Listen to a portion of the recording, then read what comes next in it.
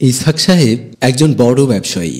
সমাজে তার সুনাম ছড়িয়ে আছে। তিনি ব্যবসা এতটাই গুরুত্ব দিয়ে করেন যে কোনো দিন নিজের কথা ভাবেননি, ভবিষ্যতের কথাও ভাবেননি। কেমন করে যে তার যৌবন বয়সটা চলে গেছে টেরই পাননি। একসময় চিন্তা করলেন বৃদ্ধ বয়সের জন্য হলেও একটা বউ দরকার।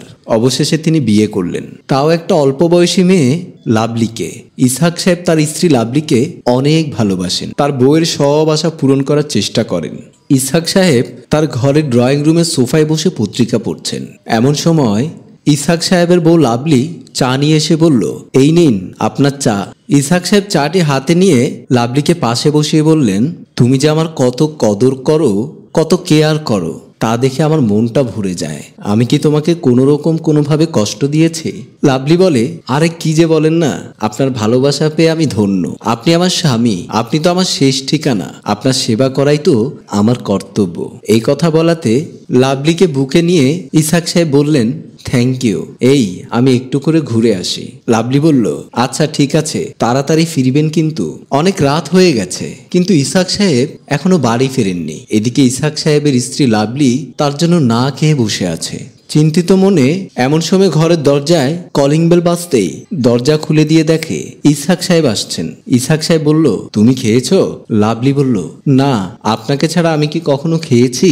ইসহাক সাহেব বউয়ের মুখের এ কথা শুনে বেশ হাসি মুখে বললেন, শেষমেশ যে তোমার মতো একটা মিষ্টি এবং সুন্দরী বউ পেয়েছি, সেটা আমার 7 পুরুষের ভাগ্য। লাভলি বলল, আচ্ছা আপনি ফ্রেশ হয়ে আসুন, আমি আপনার জন্য ডিনার রেডি করছি। ইসহাক সাহেব হাসি মুখে বললেন, ওকে ডার্লিং। এই বলে ফ্রেশ হতে চলে গেলেন। খেয়ে দিয়ে ইসহাক সাহেব এবং তার স্ত্রী বেডরুমে শুয়ে আছে। এমন অবস্থায় ইসহাক সাহেব তার স্ত্রীকে জড়িয়ে ধরে এবং তারা গভীর সুখে হারিয়ে যায়। ইসহাক সাহেব বয়সের কারণে তার যৌন শক্তি তেমন মজবুত নয়। স্বল্প সময়ের মধ্যে ইসহাক সাহেব দুর্বল হয়ে পড়েন। লাভলি মন খারাপ করে শোয়া থেকে উঠে বসে। ইসহাক সাহেব বলল, আমি অনেক দুঃখিত, বুঝতেই তো পারছো আমার বয়স হয়েছে, যার কারণে তোমার সকল আকাঙ্ক্ষা পূরণ করতে পারি না। লাভলি বলল, না না, আপনি এমন করে বলবেন না, সব ঠিক আছে, আমি গোসলটা সেরে আসছি। এই বলে ওয়াশরুমে ঢুকে গেল। ইসহাক সাহেবের নিজের প্রতি ঘৃণা চলে এসেছে। প্রচণ্ড কষ্ট নিয়ে সে তার স্ত্রীর গমন পথের দিকে তাকিয়ে রইল। নিজের অজান্তেই কখন যে তার দুটি চোখ ভিজে গেছে টেরই পাননি। সকালে ইসহাক সাহেব অফিসে যাবার জন্য রেডি হয়ে বের হচ্ছিল। এমন সময় খেয়াল করলো লাভলির চেহারা অন্ধকার করে সোফায় বসে আছে। ইসহাক সাহেব কাছে গিয়ে বলল, তোমার কি হয়েছে? চেহারা তো অন্ধকার কেন? লাভলি বলল, কই কিছুই তো হয়নি। ইসহাক সাহেব বলল, আমি তোমাকে খুব কষ্ট দিচ্ছি তাই না? তুমি সংকোচ ছাড়াই আমাকে সবকিছু বলতে পারো, তোমার সকল আশা আমি পূরণ করব। তখন লাভলি বলল, আপনি তো জানেন আমি নাচ বেশি পছন্দ করতাম, এমনকি বন্ধুদের সাথে আড্ডা পর্যন্ত দিতাম না। নাচ আমার খুব ভালো লাগে। ইসহাক সাহেব বলল, তো এখন কি করা যায়? লাভলি বলল, আপনি যদি আমাকে কোনো একটা ডান্স ক্লাবে ভর্তি করিয়ে দিতেন তাহলে অনেক খুশি হতাম এবং আমার মনের আশাটাও পূর্ণ হতো। ইসহাক সাহেব বলল, ডান্স ক্লাবে কেন, বাড়িতেই তোমাকে ডান্স শেখানো হবে। একথা শুনে লাভলি বেশ খুশি। ইসহাক সাহেব বলল, দেখো লাভলি, আমার তো তেমন পরিচিত কেউ নেই, আমি ব্যবসার কাজে বিজি থাকি। তোমার তো পরিচিত থাকবে, যদি এমন কেউ থাকে তাহলে আমাকে বলো। লাভলি বলল, আমার এক পুরনো বন্ধু, সে অনেক ভালো ডান্স করে এবং সে জাতীয় পুরস্কার প্রাপ্ত একজন ডান্সার, আপনি তার সাথে কথা বলতে পারেন। ইসহাক সাহেব বলল, তোমার বন্ধুর নাম কি? লাভলি বলল, আকাশ। ও আচ্ছা, ওনার নাম শুনেছি। তাহলে তুমি তোমার বন্ধুর সাথে কথা বলে দেখো উনি আসবে কিনা। আকাশের সাথে কথা ফাইনাল করে আমাকে জানিও। লাভলি বলল, এই নিন আকাশের নাম্বার, আপনি কথা বলে নিয়ে আসেন, আমি ওকে ফোন করে বলে দেব। কথা শেষ করে ইসহাক সাহেব অফিসে রওনা দেয়। ইসহাক সাহেব এবং লাভলি বসে কথা বলছিল। এমন সময় দরজায় টোকা দিতেই দরজা খুলে দেয় ইসহাক সাহেব। দরজা খুলে দেখে ডান্সার আকাশকে। বলল, আরে আসেন আসেন, ভেতরে আসেন। আকাশের পাশে বসে তারা কুশল বিনিময় করে। আকাশ বলল, লাভলি কেমন আছো? তোমার সংসার জীবন কেমন চলছে? লাভলি বলল, খুব ভালো আছি, তোমার দুলাভাই খুব ভালো মনের মানুষ, আমার খুব যত্ন নেয়। আকাশ বলল, উনাকে দেখলেই বোঝা যায় উনি কত বড় মাপের মানুষ। ইসহাক সাহেব বলল, তাহলে তোমার প্র্যাকটিস শুরু করো, আমি যাচ্ছি। ইসহাক সাহেব বের হয়ে যায় এবং আকাশ লাভলিকে ডান্স শেখায়। কয়েকদিন কেটে যায়।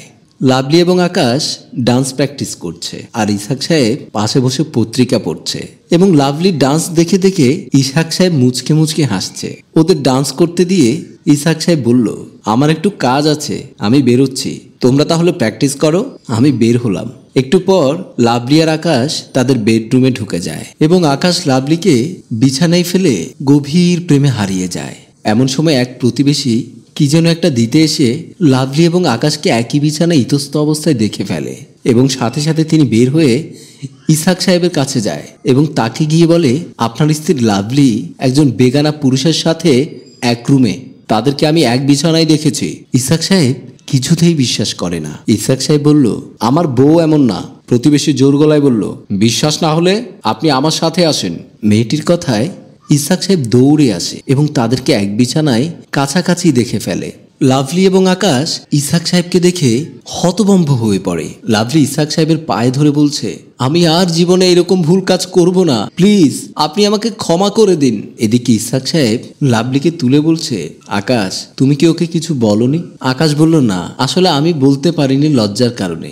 এমন সময় লাভলি দুজনের চেহারার দিকে দেখে বলছে, কি বলেনি? তারপর ইসহাক সাহেব হেসে বলছে, একটা মেয়ের সংসারের পাশাপাশি তার দেহের সুখের কামনা করে। আমি তোমাকে সেই সুখ দিতে পারিনি, তাই আমি তোমার বন্ধুকে এখানে আনার সময় একথা বলেই এখানে নিয়ে এসেছি, যাতে তুমি তোমার শারীরিক সুখ খুঁজে পাও। এটা আমি এক বিন্দুও কষ্ট পাইনি, কারণ আমি তোমাকে খুব ভালোবাসি লাভলি। লাভলি একথা শুনে তার স্বামীকে জড়িয়ে ধরে বলছে, আপনার মতো স্বামী পেয়ে আমিও খুব খুশি। দর্শক, আমাদের এই গল্পটি যদি আপনাদের ভালো লেগে থাকে তাহলে লাইক, কমেন্ট, শেয়ার করে সবাইকে দেখার সুযোগ করে দিন। ধন্যবাদ সবাইকে।